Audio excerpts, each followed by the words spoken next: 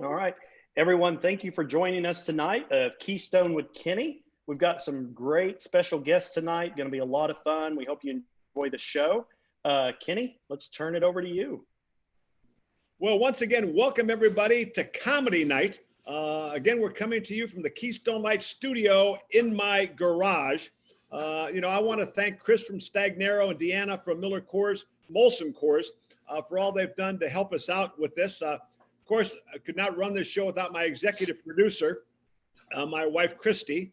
Also, my associate producer, production coordinator, who's my daughter, Megan, that told me we had the set wrong last week. We had to adjust things. Our lighting director, that's Bob and Susan Moore. They're our neighbors. And of course, our set design is Tim Gorzinski, who kind of built this for us. So it's going to be an interesting night tonight. But before we get to the funny guys, I want to remind you, don't forget to get your raffle tickets at KenAndersonAlliance.org. You can get tickets for a Ken Anderson signed jersey. Remember, I've got that unique helmet. It's half the stripes. It's half the old that I've signed. We've got dinner for 4 with Christy and I. That includes alcohol at Walt's Hitching Post, and a special tonight that, from now on, anybody that goes on and buys 7 dinner raffle tickets for $50, you get 2 tickets to the upcoming Homerama. If you want to buy 14 raffle tickets for dinner for $100, you get 4 tickets to Homerama while supplies last. We've also got 4 Ultimate Airlines shuttle tickets that we're raffling off. And don't forget, David Lapham and I have our golf outing coming up in October. And we've got a great item that you don't have to play in the golf tournament that you can buy raffle tickets for. And that is a private plane to Kohler, Wisconsin for 4. It's 2 nights stay and 3 rounds of golf at Whistling Straits. So you've got to take advantage of that. And before I bring our guests in, I got to tell you, I'm really nervous about tonight. Normally, we've had Johnny Benshaw and Collinsworth and Dan Fouts and Archie Manning, all these great guys. And I know what I'm going to say. I got questions lined up. I feel good about how it's going to go. But tonight is comedy night, and I got 2 of the funniest guys in the world, and I have no idea what the heck is going to happen tonight. So without further ado, I want to bring in my friends, Josh Sneed and Scott Henry. Josh, how have you been holding up during the pandemic? It's been different, not to be able to do shows in front of live audiences, but I've been handling it okay. I've gotten to know my wife and children a little bit. They're actually lovely people, and it's been okay. I hope it gets back to normal soon. I could certainly use a couple nights out on the road in a hotel somewhere. But all things considered, everyth's good. Okay. Hey, Scott, you're down in Lexington. How have things been with you with Catherine and Kenna? I think everything's pretty good so far. I think I really like the family life and not traveling and staying home all the time with my 3-year-old daughter. I think it's going great. I'm really liking it. I'm not drinking a lot either. That's nice. Neither am I. Before we get started tonight, I'm just going to let you guys take over. You both have kind of unique paths into comedy. And as I was researching you, Scott, you followed in your dad's footsteps. You were a machinist in a tool and die shop. And I think the owner wanted to fire you. And instead of firing you, he said, go to the open mic at the comedy club tonight up in Wisconsin. Is any truth to that? There's a lot of truth to that. I became a machinist through lack of planning.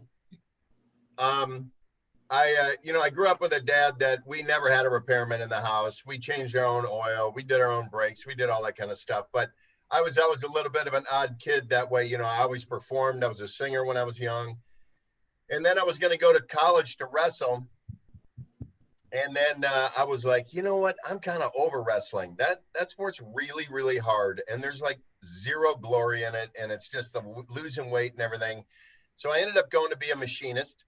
As in Milwaukee, you could do that back then. That was one great thing about where I grew up. And I feel like it's one of the places where America kind of took a step backwards is we used to build stuff, man. You know what I mean? And Milwaukee built stuff. We had Briggs and Stratton, Harnisch-Figger, Caterpillar, all kinds of stuff, you know. Breweries. Don't forget the breweries. You made beer. You know what? You got all the products, I won't mention any names, but we got, you know, the Milwaukee Brewers, for God's sake. So, and there used to be a nice stench of yeast downtown. You remember? Did you ever play the county stadium? Oh, yes. Kenny? All right. So you could always know where you were, but I was working as a tool and die, at a tool and die shop, and I just wasn't good at it. It was like, get up be at work at like 6:30 in the morning or 7, and then you work till like 4:15. Then it was like 5 on Saturday. I was like, oh my gosh, I can't have guns in the house. But I was at my machine, and I used to do impressions of all the bosses and customers that would walk through.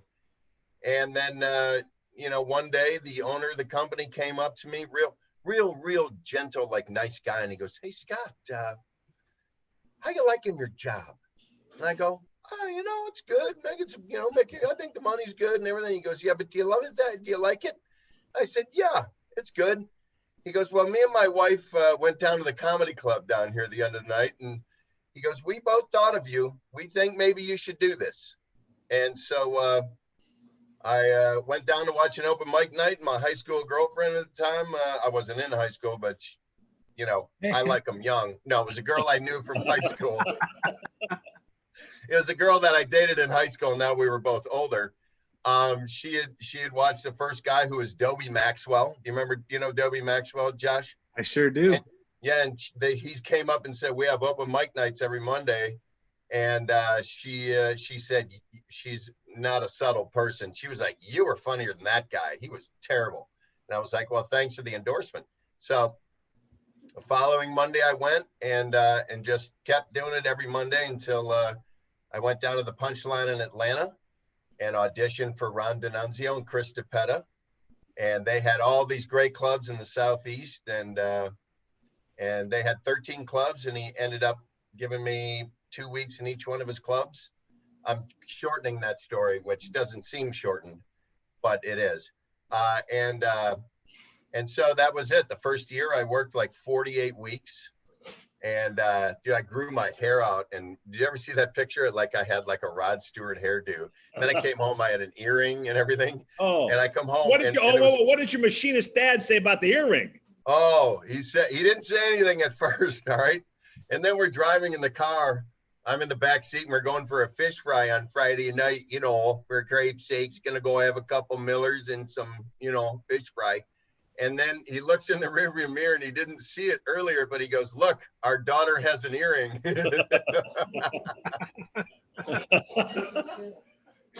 Now, Josh, you had a little different path to comedy. You know, after college, you came back to Cincinnati and you're a systems analyst for Procter & Gamble. I mean, which is obviously the background you have to go into stand-up comedy. Yeah. You know what? That was emphasis on the word gamble, by the way. Yeah, that's right. Yeah, you know, it was funny because my mom, she worked at Procter & Gamble, retired from there. My grandmother retired from there. So where I grew up in St. Bernard with a big Procter & Gamble plant, it's like everybody had someone in the house who worked for Procter & Gamble. So to go to school my whole life to get that job and then decide that I wanted to leave it for anywhere was kind of crazy to them, but to leave it to tell jokes was even crazier. But, you know, having a job like that, one of the biggest mistake that I think a lot of comedians make when they decide to become a comedian is they do it before they're ready. They think they're ready, but they're not. And, you know, first impressions last a long time in comedy. So, I really forced myself to wait until I knew that I was ready, because I knew what I was giving up by doing it. And I think that helped me a lot to be a little bit more polished before I went out on the road. But like Scott said, I mean, I was the same way. My first full year of doing stand-up, I did 50 out of 52 weeks on the road. So you know, when And you're so happy to do it too, right? You were like, oh my gosh. you're Yeah, like, because at the time, like every hotel is nicer than your apartment. You've never been to any of these cities. You know, I was 24, so I was wanting to go out and have fun and see the sights and stuff, you know. And I think that the grind of it after, you know, doing it a couple decades, like it sort of loses its luster in that regard. But there's still to this day, you know, 20 years later after leaving P&G, there's no feeling like getting a room full of people laughing. Well, you've got them laughing here in my garage, I'll tell you that. But, you know, and I don't know if you remember this, Scott, but one reason I'm really scared about this is one of the first times that we met was down at Doug Flynn and Johnny Bench's golf tournament, the Children's Charity Classic in Lexington, which is a wonderful tournament, raises a lot of money for children's charities in the Lexington area. And we're down in the hospitality room one night, and I had gone out and I speak, and I got a pretty good talk that I given. And I had what I thought was the funniest joke ever. And I'm telling this to Scott, and I'm going, the punchline is, and I get a blank stare from him, like, how can you dare think that is funny? And from then on, I've just been intimidated by you guys. I don't know if you remember that, Scott, but I have nightmares about that night. no, my gosh, Kenny, there's so many times that I've seen you get hit on video by big guys. You need to let that moment go and have those nightmares back, because if that's bothering you. No, I love it when other people tell me jokes. I really do like it when I'm on the golf course in these charity events and stuff, and people are like, can I tell you a joke? I'm like, you all can tell me all the jokes you want, because first of all, then I'm not out there being grilled, because 99% of the time that I'm doing these things, I'm so hungover when I play golf the next day, because they're expecting me to entertain that whole night. And then in the Children's Charity Classic, we're talking like 3 a.m. Then you show up on the tee at 11, right? And they're basically like, it's like if you're playing pin the tail on the donkey. I'm like, they're just spinning me, taking me to where the tee box is. And but I really like it when the guys tell me jokes, because first of all, you hear some guys can really tell a joke, man. Some guys are really good. Yeah. And so I feel bad that I made you feel that way. Well, but you know, but I feel that we have a certain connection. You know, when you and your wife Catherine made the decision to move from LA to Lexington, and she becomes pregnant, you have a beautiful little girl, and you named her after me, Kenna. Yep. And I was so proud that you did that. You know, her middle name is Anderson. I don't know if you know that.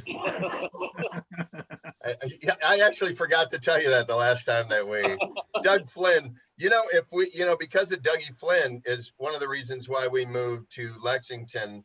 It was Doug and Rocco and a lot of, a few of the people there, and the Mitchells became really good friends of ours, Coach Mitchell and Jenna. And, but if we didn't know what we were going to name her. Like, and Catherine and I are just kind of real casual. She forgets our anniversary literally almost every year.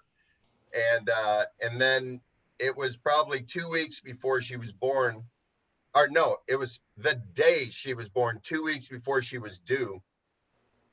Catherine goes, so what do you think we should do? And I said, well, all right, if it's a girl, we can do what you want. You wanted Kenna. She wanted McKenna, but I thought it sounded too Southern. So I said, how about Kenna? And then she goes, all right, if it's a boy, we'll name him Flynn, after Doug Flynn. And then after me and Flynn after Doug Flynn. That was Flynn Anderson, Flynn Anderson, Kenny. We're going to change our last name to Kenny. You always give Scott the credit for that, and you never thank me for naming my son number 14. I thought and I get no credit ever. My apologies on that, Josh, and I'm just, I say I'm admiring your Reds stuff there, the big red machine, the light over there. I see not one damn thing of the Bengals. It's on the other side. It's over here. I got one of our Bengals themed shirts on. It's a Smokey the Bear. Okay. Mashup. What do you got? What do you got? I should tell people that he's got a couple of great stores down there. Cincy shirts. I mean, you're online. I mean, you're doing all this stuff with that. What do you got, Joe Burrow wise? You got anything cool stuff? Well, officially, no. No. If you're a Joe Burrow or a Bengals fan, we do have some garments that would probably interest you. But it's just nice, you know. I mean, Andy, I met a couple times, one of the nicest dudes Great I've guy. ever met. But it's been a while since the city as a whole was this excited about our quarterback, you know. I feel like for a long time that we've always felt like we're just one quarterback away from it, you know, because it's, you know, I mean, people like yourself and Boomer, I mean, those are the guys that I grew up with. And you yearn for that kind of feeling you had where you go into a season with a positive outlook of thinking something might actually, you know, come to fruition for you. And this has been the first time in a long time where I feel like Bengals fans feel that way. Even at 0-2, we're just like, hey, it looks like we got our guy right this time, and let's start to build from there, which is an optimism that, you know, has not been we thought it was going to be here for a while. Yeah. But I'm really excited the way that Joe started the season. And Scott, you're not a Bengals fan, are you? Scott Henry, everybody. Thanks for stopping by, Scott. We'll take it from here. I tell you, that's okay because Bart Starr was my idol. I love Bart. One of my great stories is I'm a rookie, and we're playing the Packers in an exhibition game, and so I'm in, and Ray Nitschke was still in the game. And the story that we get is Zeke Bratkowski was the backup to Bart Starr, became a very good friend of mine. And the story in the front of the Enquirer that day was Zeke's in my picture. And they say, well, the Bengals are going to play Anderson a lot tonight to see if he's got anything. The Packers are going to play Bratkowski to see if he's got anything left. So I'm in. Sports are brutal. And Nitschke's in, and so I scramble, and I'm going to get hit, and so I slide down, and he falls on top of me, and he says, "Another chicken bleep quarterback comes into the league." So that was my indoctrination into the Packers. I think I know that word that you bleeped. Chicken poop. I think it was something like that. So close, so close to that. I can't. You know, I'll tell you, my it's one of my favorite stories to tell about Bart Starr. So I get asked because of Josh, who's the comic that opened for Frank Sinatra forever? Brad Garrett? No. Well, there's one. Yeah, there's another one. But another one, gosh, great comic. I can't remember his name right now, but it's on the tip of my tongue. But anyway, I think he's from Chicago, but he got me into the Vince Lombardi Charity Golf Classic, which has been around for 50 years, you know, or you know, yeah, this year was supposed to be the 50th. And so he gets me in and he's like, hey, I would love for you to play in this. And, you know, Vince Lombardi Foundation is the Cancer Foundation. And they have a really top-notch cancer foundation in Milwaukee. So the cancer research and all that kind of stuff. So my dad was not doing well at that point. He had cancer for like 5 years and stuff. It gets better. And so a week before the Vince Lombardi tournament, my dad passes away. All right. But he had gone and gotten PET scans and things like that at the Vince Lombardi hospital and stuff like that. So I thought, wow, how ironic. And then I was asked to do a show the following week, and they were like, you still want to do it? And I'm like, yes, of course. So the following Saturday, my mom and Catherine, I had just started dating Catherine, are in the audience. And back then that was like not black tie, but it was a big deal. And it was at the Midwest Center, and there's probably 500-600 people, right? So I go up and I do my show and about my mom and my dad and all that kind of stuff. And I'm already starting to get emotional about it. So, and Bart Starr, ran that tournament. And so I go up and do my show. And then at the end of it, I said, I just want to tell everybody, my father passed away a week ago today. Ugh. You could actually hear the sound in the room of people doing that. And I said, but it's because of people like you in rooms like this that my dad got to live another 5 years, and we got to work out a lot of our bleep together. So I want to thank you for that. Thank you. Good night. Immediate, everybody standing. and I say my mom's right over there. There's a line forming for everybody to come over and give my mom a hug. All right. And then Bart Starr comes up. I'll never forget this. He comes up and he shakes my hand and he puts his paw on the side of my face and he goes, "Outstanding, young man, outstanding." And I'm like, of all the times for my dad to be dead. You know what I mean? 1 week he could have waited. But it was one of my favorite stories for Bart Starr. And every year that I saw him after that, he would always come up to me and go, "Boy, you know, I still think of that moment." And I'm like, not as much as I do. So Josh, do you have a Bengals moment? Oh my gosh, a Bengals moment like that? No, they don't ask. No, not necessarily about that, but probably sometime that you thought me and boy, I'd sure like to meet that number 14 guy or anything like that. Hey, this is not this. I'm not saying this because I'm on your podcast. Scott can attest to this. I had never met you until the golf outing, the children's charity golf outing, and I was talking to Jeff Pecoro about playing our practice round, and he said, "I think I'm going to go play around with Jim Breach and Ken Anderson. Do you want to be the fourth?" And I was like, "Absolutely." And that was the first time I ever got to meet you, was playing a round of golf with you in Lexington. But like Scott said, and I don't think we need to keep talking about dead fathers on here, but every time something like that happens, I just think, man, if I could call my dad and tell him that I'm playing golf with Ken Anderson, he would lose his mind. Well, if I told my father, who passed away several years ago, that I would be doing this, some kind of podcast on a computer, he would say, "What the hell do you think you're doing?" But now, Scott, how do you're a stand-up comic. Now, you guys have both done a lot more than that. I mean, you're a stand-up comic. You do TV, you do films, you're writers, you're producers. But I think, everyone think you're stand-up comics. How do you keep sharp when you the comedy clubs, you can't get people there, and the tours are canceled, and dates are canceled? How do you kind of keep sharp, prepared? I don't know. I don't know. I haven't been. I do stuff like this, I guess. I mean, my audience right now is 1 month from being 3 years old, and my stuff's not working on her at all. Only the edgy stuff, really. She only likes the edgy stuff. No, to be honest with you, Josh, I don't know. I mean, when Kenna was born, I went 2 months without doing stand-up. I think I did a club. Maybe I went to Indianapolis or something, or maybe I did something for Stroop. I don't remember, but it was 1 week. But that was early, so I really didn't work for like 5 or 6 weeks. And I get on a cruise ship, and I'm nervous.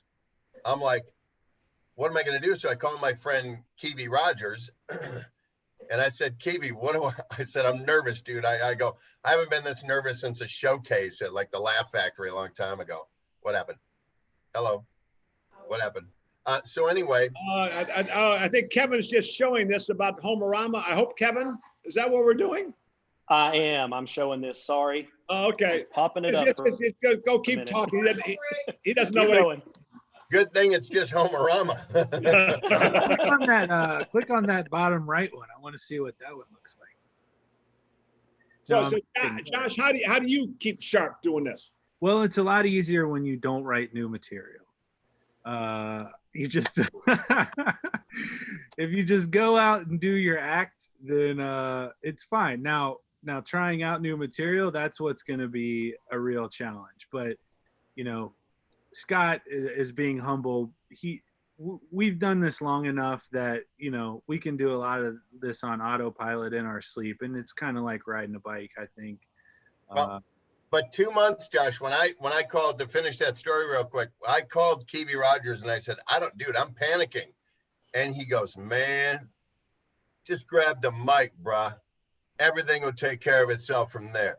He goes, and I grabbed the mic and pulled it out, and he was right. It was right there, Yeah. I've done 2 shows since March, both in Lexington. And there was some rust for sure. And I think a couple times I just said, so what do you guys want to do now? You know, because you forget the transitions and the segues and stuff, but you know, it'll be fine. It'll be fine. You know, and I'll go back to Scott. You know, I'm going to ask both you guys this question, but Scott, I'll start with you. But where you guys get your material from? I'm listening to some of the bits that you've done on your website.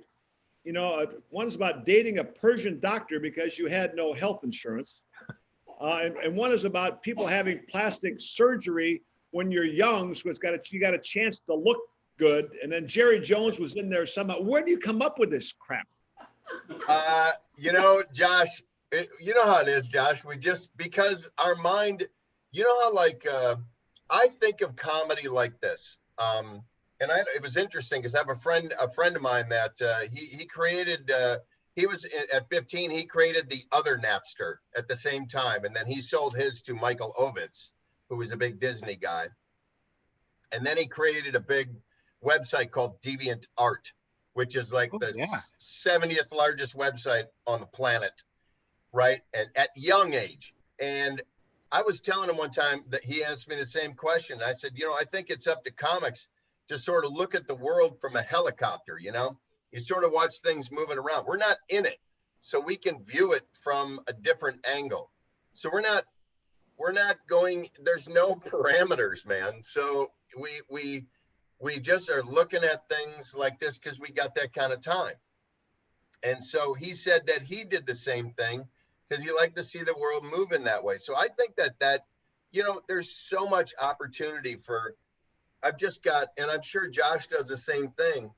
I look in here and I write all this stuff down, and you just, at some point, something clicks and you're like, oh, you know, I could have the premise and then something would click.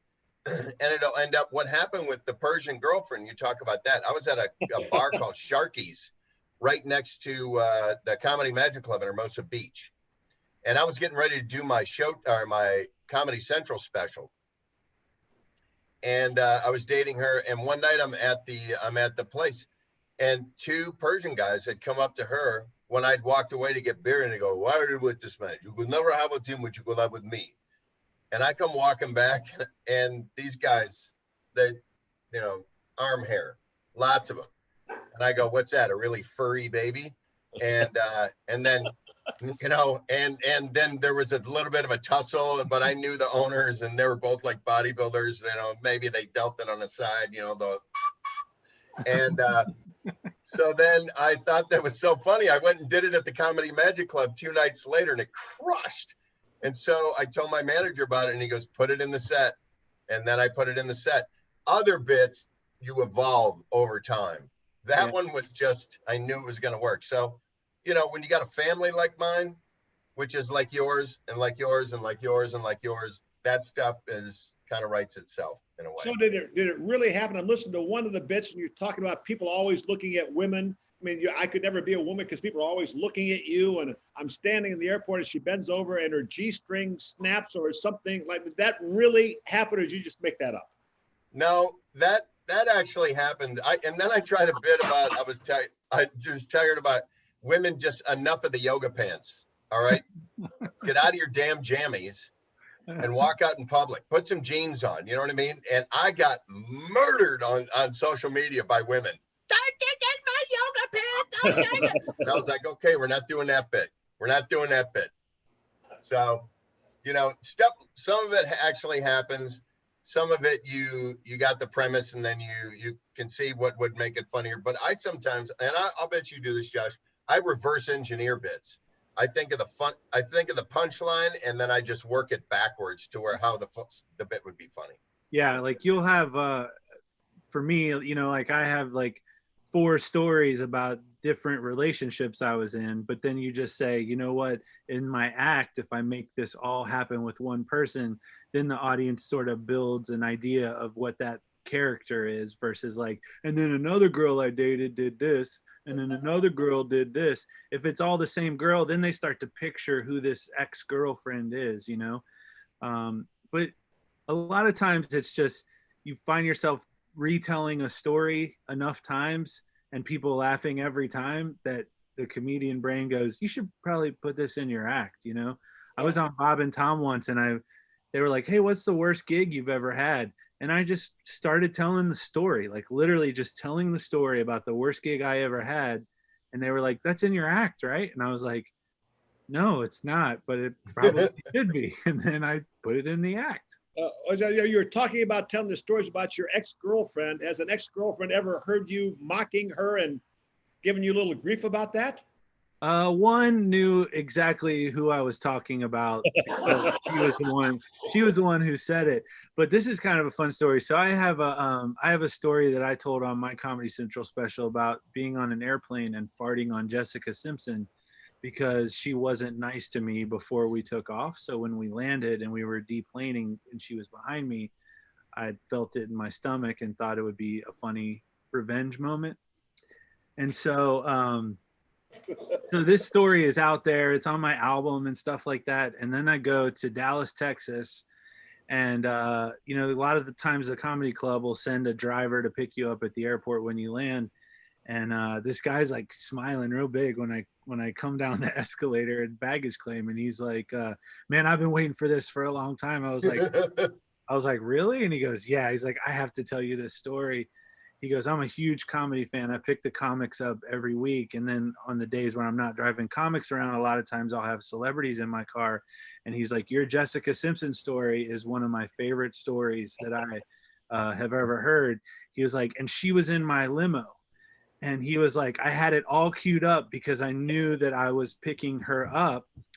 And he's like, I wait, you know, about 5 minutes and I have some comedy on. And then I play that track. And about 30 seconds in, the window between the driver and the back of the limo just goes out. But I had confirmation that she heard the story that I told about her. And it was so sweet. Oh, now, Scott, you do so many things. You do, you know, stand up, you do TV, you do movies. I mean, you know, you MC events. What's your favorite thing to do? Boy, you know, I'll go backwards. My least favorite thing to do is audition for acting. So I would have to say acting. I worked really hard to get development deals, so I didn't have to audition because auditioning. Whoa. Catherine is an actress. Can't she get you ready for this? Listen, nothing can get you ready for auditioning. Kenny, it's like when you go to the combine, you know, the nerves you feel. Well, I don't know what the combine was when you were going, but think of these guys now. I'm old. There was no combine in my day. Oh, well, I didn't want to be the guy to say that. But now when you think of the pressure these kids are out there, they're measuring their arms and their fingers and everything. Auditioning is so uncomfortable and they do nothing to try and make you feel comfortable. So to reverse engineer it again, auditioning is the worst. So, you know, when you do TV, it's fun. When you do film, it's really fun because you get a trailer and, you know, it's just more slow and it's more nice. You're in a movie. It's pretty cool. When I did Mall Cop 2, Kevin James and everybody made you feel like, you know, they just made you feel great. Nothing beats stand-up comedy live. Nothing. There's maybe nothing in that performance range. Okay. Show business. But I love voiceover. I love doing voiceover. I've done a ton of that. I did a ton of that for a long time. And not only that, it's just easy money, bro. I mean, getting the gig is really hard, but the money, I did Netflix for 3 years. It was like once a year, they'd have me in there for some, you know, change on what they were selling, you know, and then, you know, Michelob Ultra Amber, you know, different beers and trucks. Give us one, Scotty. Give us one. Give us a voice we might have heard before. You might. All right. DVDs in the mail fast and movies on your PC instantly. Netflix, 5 movies for $5. Why weren't you that bamboo in Lion King holding the baby up? You know, that would have been you.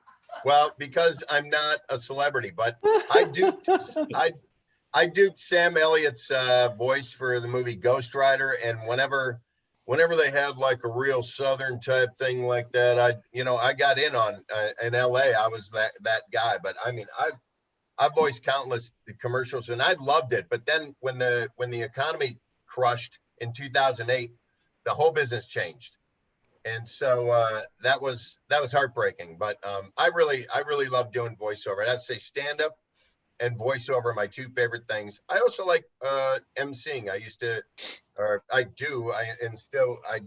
would MC like 2 and 3 day events and stuff like that. But voiceover and stand up, stand up is just the greatest thing ever. You can't, every single night is like a party for you.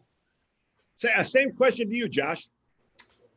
Stand up, hands down, it's the best. They're especially like if you're at a place you've never been before, or the comic on stage right before you. If they did terrible, you want to see that you can turn the crowd around. If they did good, you want to see if you can build off of that and do even better.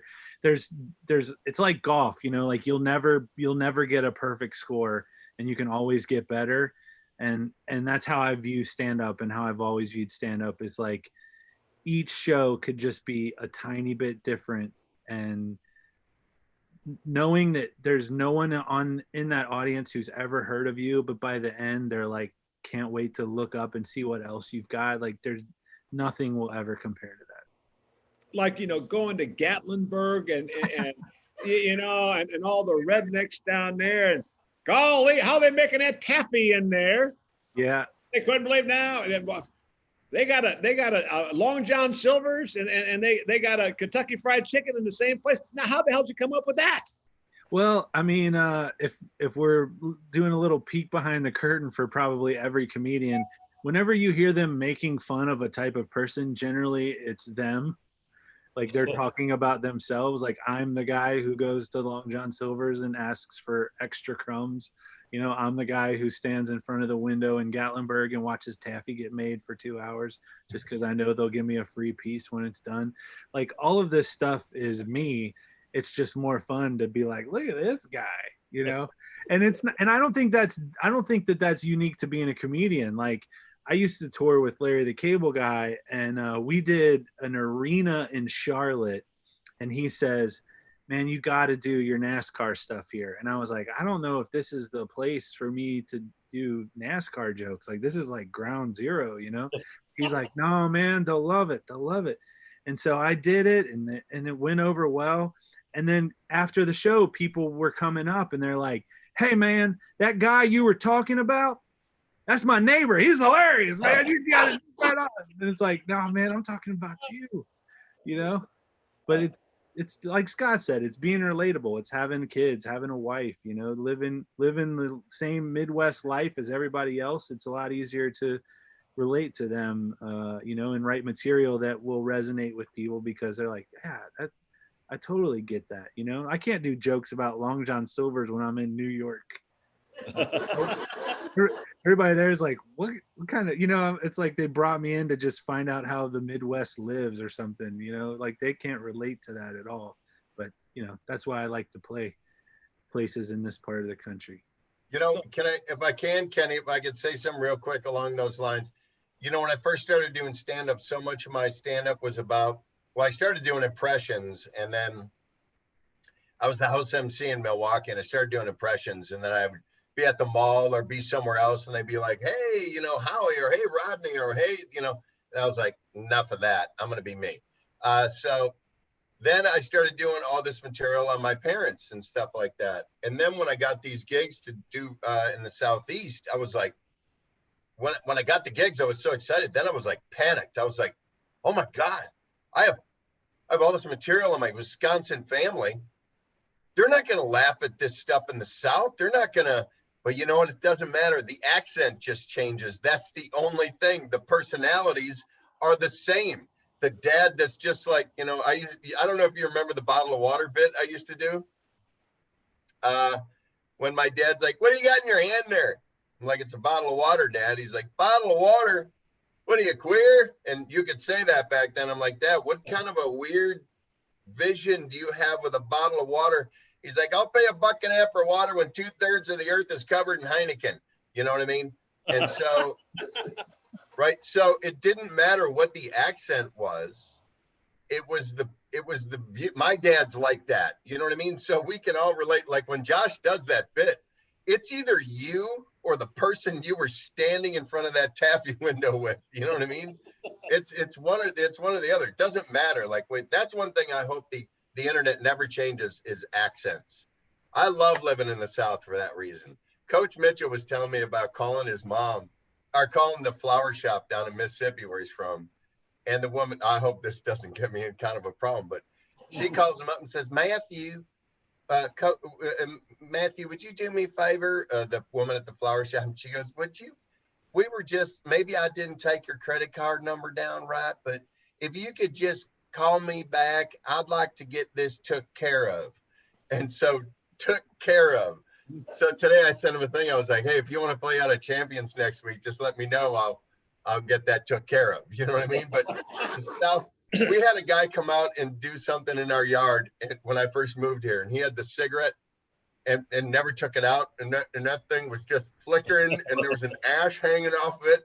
I had no idea what he was saying because I was like, my head was just watching that ash. And so I don't ever want us to lose our accents. I think accents are really important. Josh, has there been that one night you've been on stage, it's a big crowd, and you bomb? You know, I mean, I've gone out and I've thrown 3 interceptions in the first quarter and I get yanked, you know, in our Super Bowl year. Has there been that night that you went out and you just bombed? Yeah, the biggest one. Here's your Bengals story. Okay. This is your Bengals story you were asking for. So it's not as fun as Scott's Bart Starr story, unfortunately. So Gary Owen is a comedian here in town. White gentleman, the only white host of BET's Comic View. So he does a lot of urban crowds, and him and Chad Johnson used to have their own comedy night at the Funny Bone here in Newport. And so forever he's telling me, you need to come down and do the show. You need to come down and do the show. It's a lot of fun, you know? And he's like, Chad's there. And my business partner at Cincy Shirts, if you can see this, I'm trying to get out of the way. This painting right here of King Griffey Jr., he painted that, and he painted another one that's hanging up over there of Chad Johnson. Who painted it? My business partner painted it. Oh, all right. So I had this painting, and I knew that I wanted to get it signed by Chad. So I thought, I'll agree to do this show, and I'll take my painting down and get it signed the same night. So I go down. Gary goes up on stage, packed house. I mean, this is like 300 deep, absolute ruckus crowd. And he introduces me. I walk on stage to silence. I mean, dead silent. Like, as soon as they saw me, they decided they did not care for me. I get up to the microphone. I'm like, hey, everybody, how's it going tonight? You suck. Boo. Like this. And this at this point in my career, this is not something that happened like ever, like where I didn't even get a chance. So I try to do one joke. They're, boo, get off the stage, boo. And I was like, okay, well, you guys win. Thanks for being here. I put the mic back in the mic stand. I immediately get off the stage. Well, here comes Gary running up to the stage, starts yelling at him. How dare you treat my friend like that? He's been on Comedy Central. He tours all over. He came down here tonight, and you're going to act like that? I can't believe that. That is embarrassing to me. That is embarrassing to Chad, and I'm not going to stand for it. Now, I'm going to bring him back up here, and I'm like, no, do not bring me back up here. That would be the worst thing you could ever do. I'm going to bring him back up here, and you're going to be nice, and you're going to listen, and you're going to laugh. I'm going to introduce him again. And I'm like, oh, no, please don't bring me back up there. So he introduces me again. I go back on stage, take the mic out. So the other day I was, you suck! Immediately, right back to booing. Put the mic back in the mic stand, walked off stage, waited for Chad, got my painting signed, went home. Worst show I've ever had. Scott, do you have a story like that? Well, not that awesome. By the way, that's better than my Bart Starr Story. I actually, I don't have a story like that, but I've tanked on many occasions. It's funny because you just never know what you're going to get, like a second show Friday night, or like sometimes the cruise director, they don't really understand the comedy. They just understand their schedule. Like in a comedy club, it could be what, Josh? What nights are like that second show Friday night? People be tired and liquored. The worst. You're just like, it's like yeah, that is the worst. You're like Steve Martin on this night show. They asked him, "Why did you quit doing stand up?" And he said, "Second show Friday." That was his answer on it. And it's the truth. It's terrible. And then sometimes on a cruise, like I remember one time I got. All right, here's one. Do you know? All right, you don't know because you don't work on the ships, but so I'm doing a Royal Caribbean ship. I fly from Lexington to Juneau. So I land Alaska. Yes. So I land now already. I'm tapped because the second flight I missed. You got to everywhere you go in Lexington. If you fly to Louisville from Lexington, you got to connect, right? So so I missed my connection in Chicago. So then I land in Alaska at some ungodly hour. Or no, not an ungodly. At 8:30, the ship leaves at 9. So I come off and they got a guy waiting for me. Zooms me. I'm like stepping on the ship. I'm the last one. They're just waiting for me. And the cruise director, I think, I'm supposed to be on stage at like 9:45 or something. And he goes, this guy, Mitch, I come on and he goes, well, your show, he goes, you don't really have time to shower. Do you want to change? I'm like, you're going to make me go on stage? I go, I just flew for like 18 hours. You're going to make me go on stage? And he goes, I really need you to do this show. And it was we're disembarking. We're leaving from there. So already these people are. So I go back to my room. I change. I put on something less wrinkly. And I go out there and I go tell them that I just got on the ship and that I, landed at 8 and I've had an 18-hour travel day and all. Would you just give me a little thing like that? And he goes, absolutely, absolutely. And he comes up and he goes, all right, here's our comedian for the night. And he goes, he hasn't even showered yet.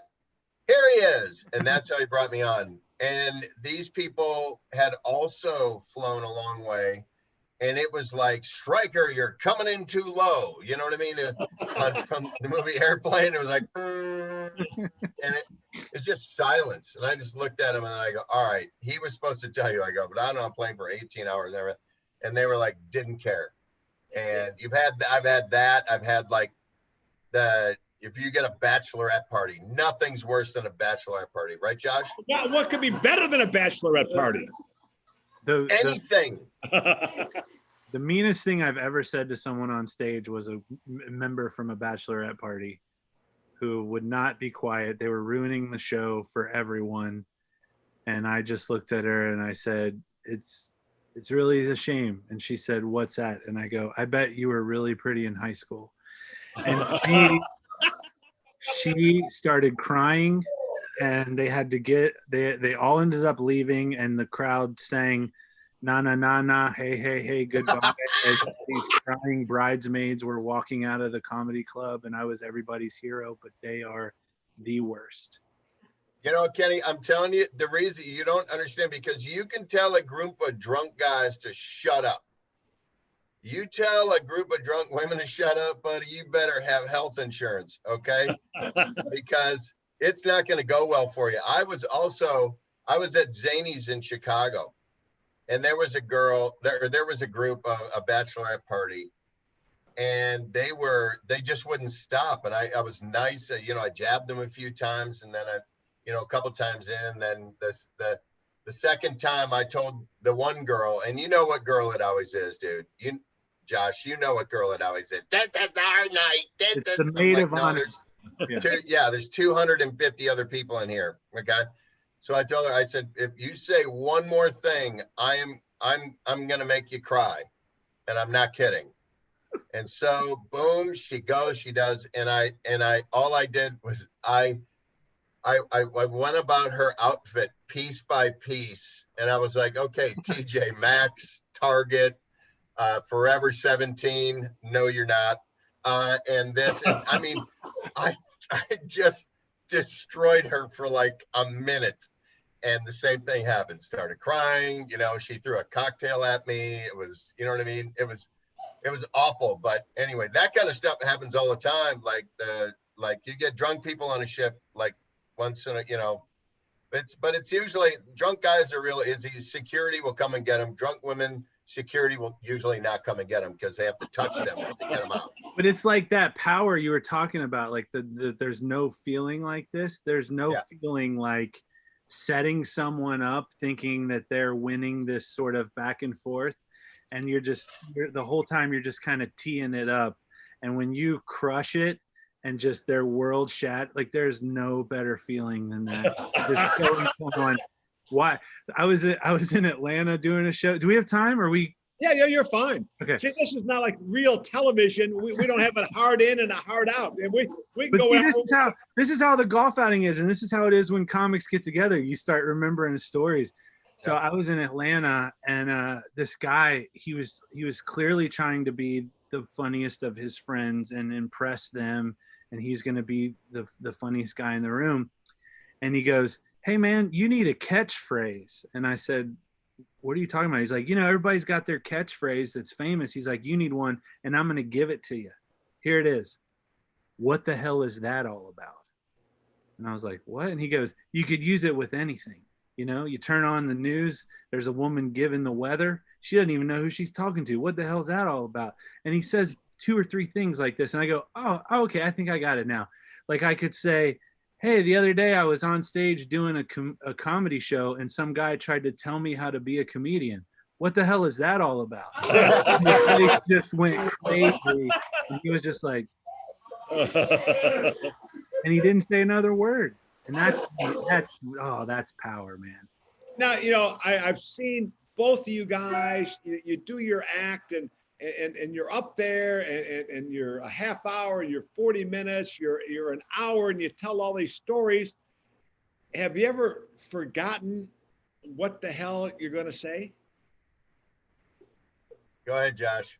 I don't remember that ever happening. Like when I was new, I had notes. I would cheat. You know, I'd have like a napkin next to my drink or my bottle of water. So when I would just take a drink, I'd kind of look down and remember.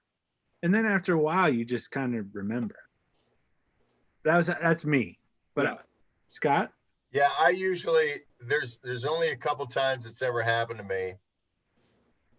I have a little bit of an anxiety issue. I didn't know about it. It was you know, undiagnosed. People didn't diagnose it. They, you know, back then they're just like, "Were you nervous?" You know what I mean? So, but I was doing a showcase one time at the Laugh Factory. It was actually Bert Kreischer went up before me.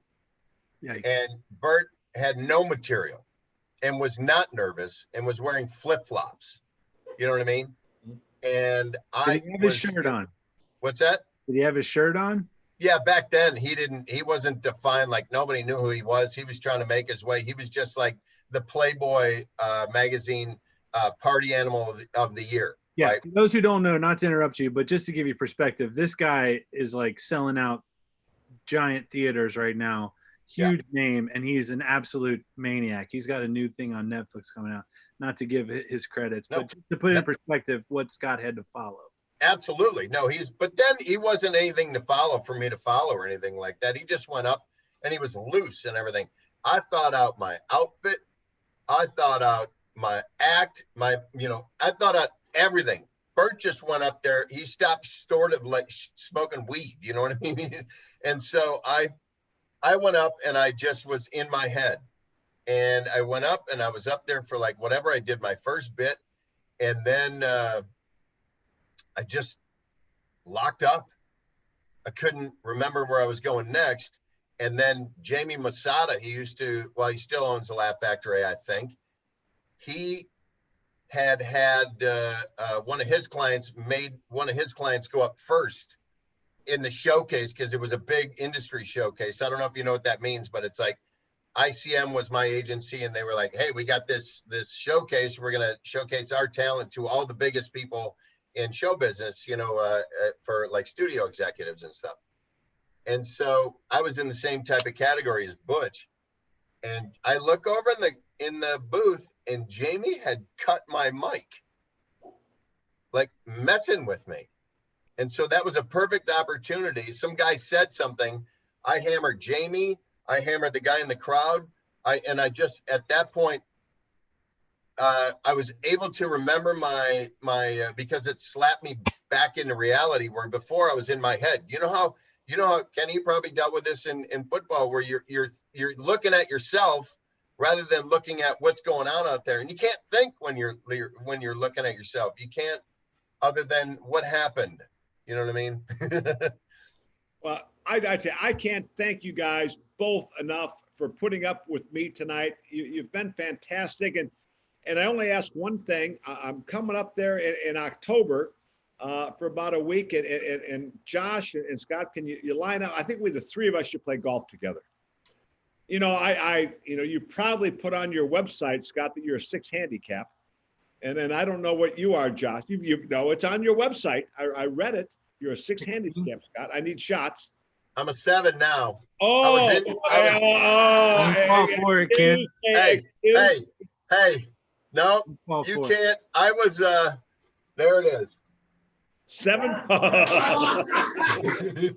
right. What's yours, Josh? I was injured all year. I had a rib out of place. So yesterday and today were the first injury-free rounds that I'd played all year. Oh, how did you get a rib out of place? I don't, it happens once a year. What was there a swing from the ceiling involved?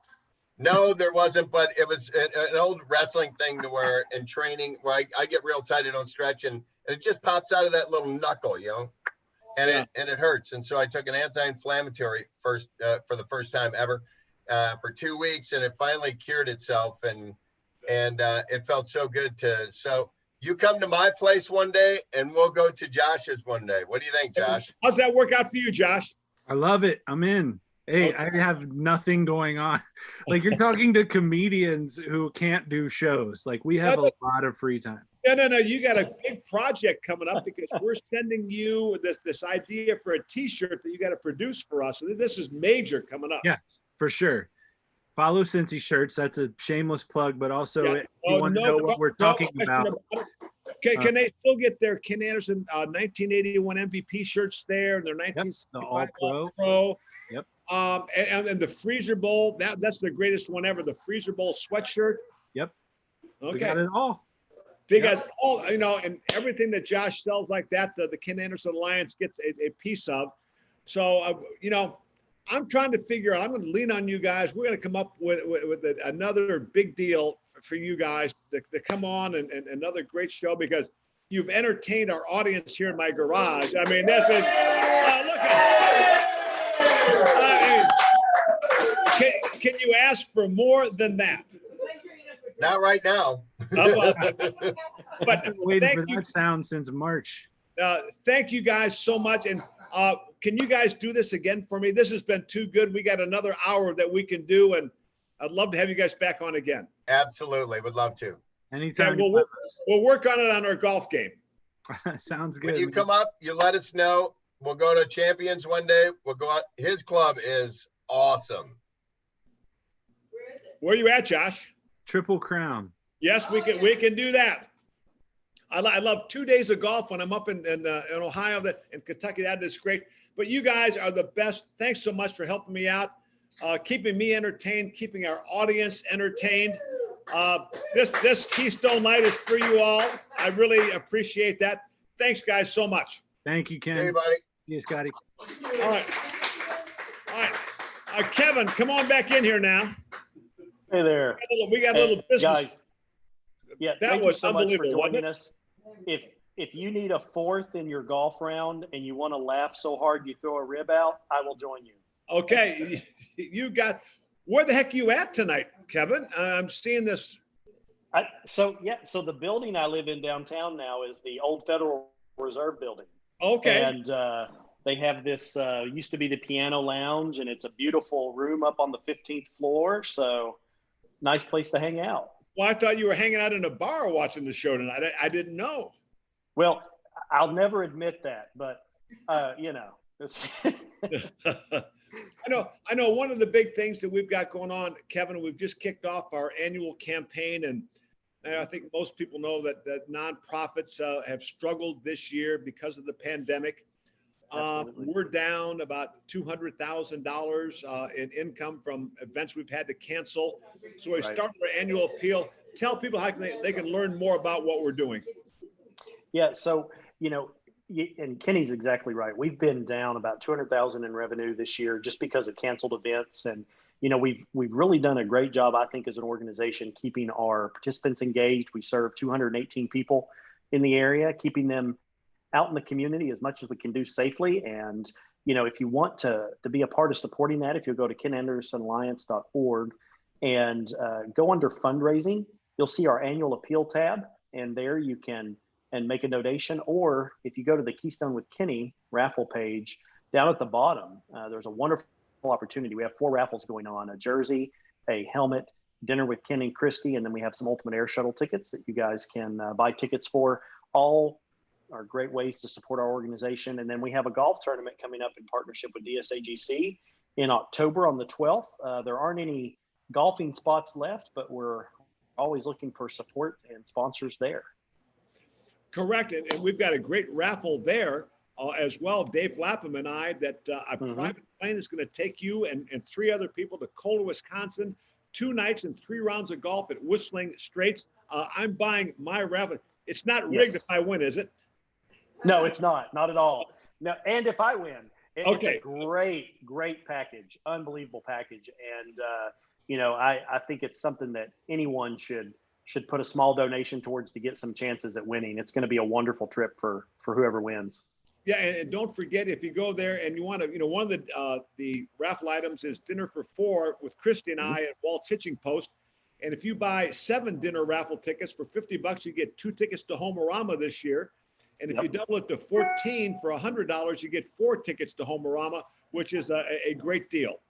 So yeah, it's a great opportunity. And on the 22nd of October, if you want to come out that evening, anyone that gets tickets, we're going to be set up. We'll have a tent in front of one of the homes, and we'll be doing a raffle option there for a signed football from Kenny. And we'll have some pretty great stuff, information about our upcoming community to hand out. Yep. And our next show now is going to be October 8th, and I'm really excited about it because I've got 2 of my former teammates from the old days. One of them is Bob Johnson, the Bengals' first #1 draft choice. It was my center at the start of my career.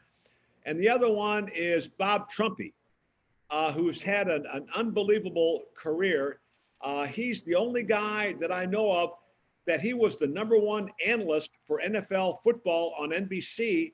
And he was also in the 18th tower for NBC Golf. Nobody's ever done that before. So that's going to be a fantastic show.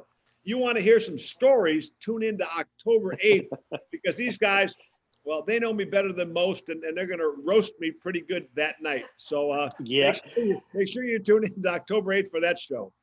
That's going to be a fun show. And for our viewers, just so you guys know, the October series, October 8th, we're going to start broadcasting through our Facebook Live events page. So if you're not already following us on Facebook, go on Facebook and look for Ken Anderson Alliance. Follow us there, and we're going to be broadcasting these shows through there.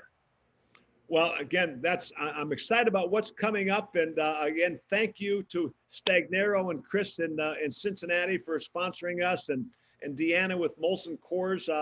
You know, I don't know what's happening in Cincinnati, Kevin, but this thing is taken off in Hilton. I can't find Keystone Light here. I was stopping in today to get a cup of coffee, and I saw the truck, and I said, "Where the heck can I buy this now?" He said, "It's flying off the shelves down here." Right. So that's all I can say. So we're making a big difference, and we're making a big difference for the Ken Anderson Alliance too. So thank you all for watching. Thank you all for sponsoring us. Keep supporting us, and we'll see you October 8th. October 8th. Everyone have a great night. Thanks for joining us. See you soon, Kenny.